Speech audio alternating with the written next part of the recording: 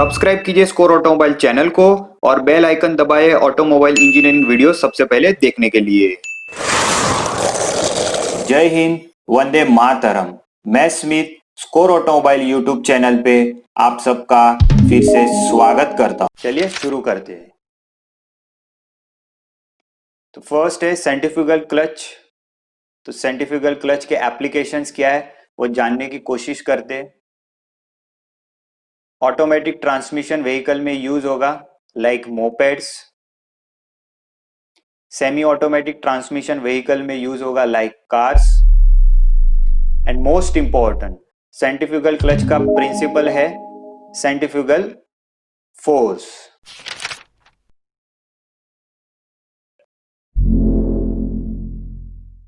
अब ये रहा फिगर सेंट्रीफ्यूगल क्लच का। बस आपको पैनिक होने की जरूरत नहीं है क्योंकि आपके लिए जो फिगर है वो रहा ये वाला।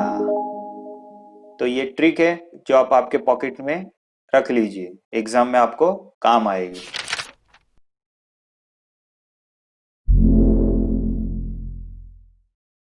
तो ये फिगर है जो हमको एग्जाम में बनाना है सेंट्रीफ्यूगल क्लच के लिए। तब स्लोली इसके क्या क्या कंपोनेंट्स है वो कंपोनेंट्स हम समझने की ट्राई करते हैं। इसका कंस्ट्रक्शन क्या है वो देखते हैं। तो सबसे पहले ये पार्ट, इसको बोलते हैं ड्राइविंग मेंबर। क्या बोलते हैं? Driving member. अब ये जो ड्राइविंग मेंबर है उसको टू यानी कि दो कर्व्ड शू है। क्या है? दो कर्व्ड शू है। ये रहा शू, या फिर इसको बोलेंगे फ्लाई वेट। ये रहा कर्व्ड शू या फिर फ्लाई वेट, दो। ये लेफ्ट वाला शू, ये राइट वाला शू। अब ये दोनों शू को फ्रिक्शन लाइनिंग मटेरियल दिया गया है। देखो फ्रिक्शन लाइनिंग मटेरियल, ये राइट शू का फ्रिक्शन लाइनिंग मटेरियल, ये लेफ्ट शू का फ्रिक्शन लाइनिंग मटेरियल। क्लियर? ये दोनों शू एंचर्ड किए गए। ये दोनों शू एंचर्ड किए गए, एक यहां पे और एक यहां पे। अब एंचर्ड का मतलब ये होता है कि वो अच्छी तरह एंड स्टेबली दोनों फिक्स किए गए। अब ये कहां पे फिक्स किए गए? बैक प्लेट पे। क्लियर? और ये है क्लिप।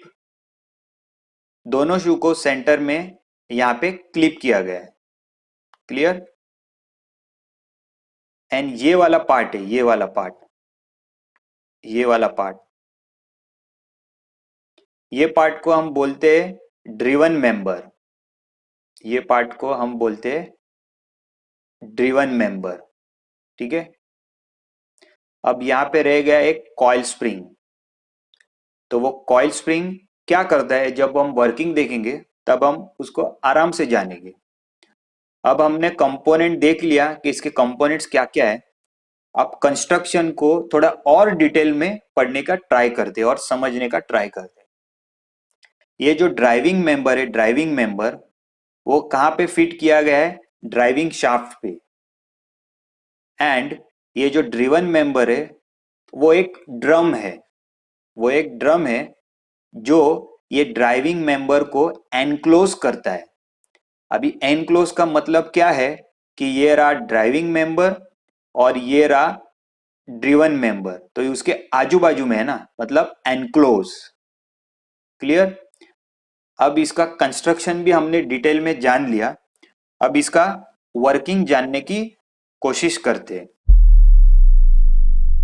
अब क्या होगा, इनिशियली गाड़ी जब हम स्टार्ट करेंगे तो व्हीकल का जो स्पीड होगा वो कम होगा।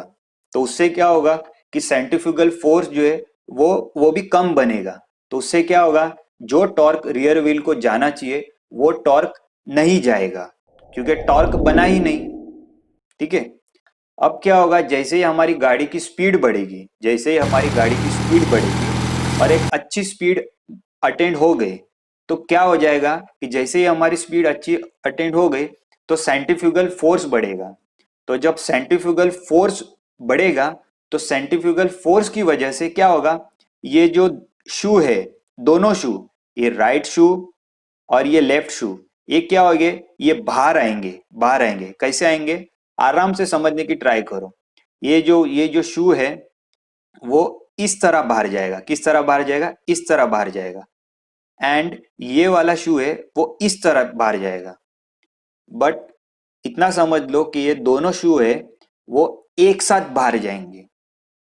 तो एक साथ बाहर कैसे जाएंगे, तो ये जो कॉइल स्प्रिंग है, कॉइल स्प्रिंग वो क्या करेगा, वो एक्सपांड होगा, कॉइल स्प्रिंग एक्सपांड होगा और ये दोनों शू बाहर जाएंगे। अब जब ये दोनों शू बाहर जाएंगे तो ये दोनों जो शू है वो ड्राइविंग मेंबर के साथ कांटेक्ट में आ जाएंगे। तो जब ये ड्राइविंग मेंबर के साथ कांटेक्ट में आ जाएंगे यहाँ पे, उसका मतलब क्या हो गया कि ये जो ड्राइविंग मेंबर है, ये जो ड्राइविंग मेंबर एंड ये जो ड्रिवन मेंबर है वो दोनों एक साथ रोटेट होंगे। तो जब ये एक साथ रोटेट होंगे तो उसको हम क्या बोलेंगे कि क्लच हमारा एंगेज हो गया। तो इस कंडीशन में जो टॉर्क है वो टॉर्क रियर व्हील को जाएगा। क्लियर। अब हमने जान लिया कि क्लच एंगेज कैसे होता है। अब हम जानेंगे कि सेंट्रीफ्यूगल क्लच डिसएंगेज कैसे होगा। तो क्या होगा कि जैसे जैसे कार का या फिर हमारे व्हीकल का स्पीड कम होगा तो उससे क्या हो जाएगा कि सेंट्रीफ्यूगल फोर्स कम होगा।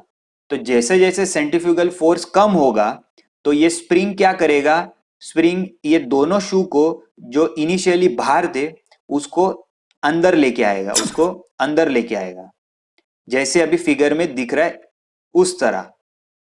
तो उससे क्या हो जाएगा कि जो हमारा क्लच है वो डिसएंगेज हो जाएगा एंड जो टॉर्क रियर व्हील को जा रहा था वो अब नहीं जाएगा। तो ये हमारा क्लच डिसएंगेज हो गया। समझ में आ गया?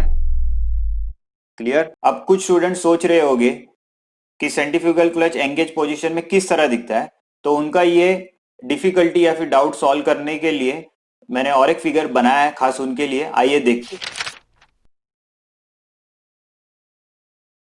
तो ये रहा सेंट्रीफ्यूगल क्लच एंगेज पोजीशन में किस तरह दिखता है। तो ये रहा सेंट्रीफ्यूगल क्लच, राइट। तो अभी जितना मैं दिखा रहा हूं उतना ध्यान से देखिए। ये रहा ड्रिवन मेंबर, तो ये ड्रिवन मेंबर है, ये पूरा ड्रिवन मेंबर है, ये पूरा ड्रिवन मेंबर है, ये वाला, ठीक है। अब ये ड्राइविंग मेंबर का शू या फिर फ्लाईवेट ये रहा, ठीक है। और ये शू का ये रहा फ्रिक्शन लाइनिंग मटेरियल। तो अब ध्यान से देखेंगे तो फ्रिक्शन लाइनिंग मटेरियल और ड्रिवन मेंबर कोइंसाइड हो गए। यहां पे भी देखिए और यहां पे भी देखिए। इसका मतलब ये है कि ये सेंट्रीफ्यूगल क्लच एंगेज हो गया है। तो आशा करता हूं कि अब आपको कुछ भी डाउट नहीं होगा। Thank you for watching. धन्यवाद वीडियो देखने के लिए। अगर आपको अच्छा लगा हो तो उसे लाइक कीजिए, लाइक करने साथ साथ सब्सक्राइब कीजिए और बेल आइकन भी दबाइए ताकि हमारी वीडियो की नोटिफिकेशन आपको मिले सबसे पहले। वीडियो को शेयर जरूर कीजिएगा। आज के लेक्चर में इतना ही। जय हिंद, वंदे मातरम।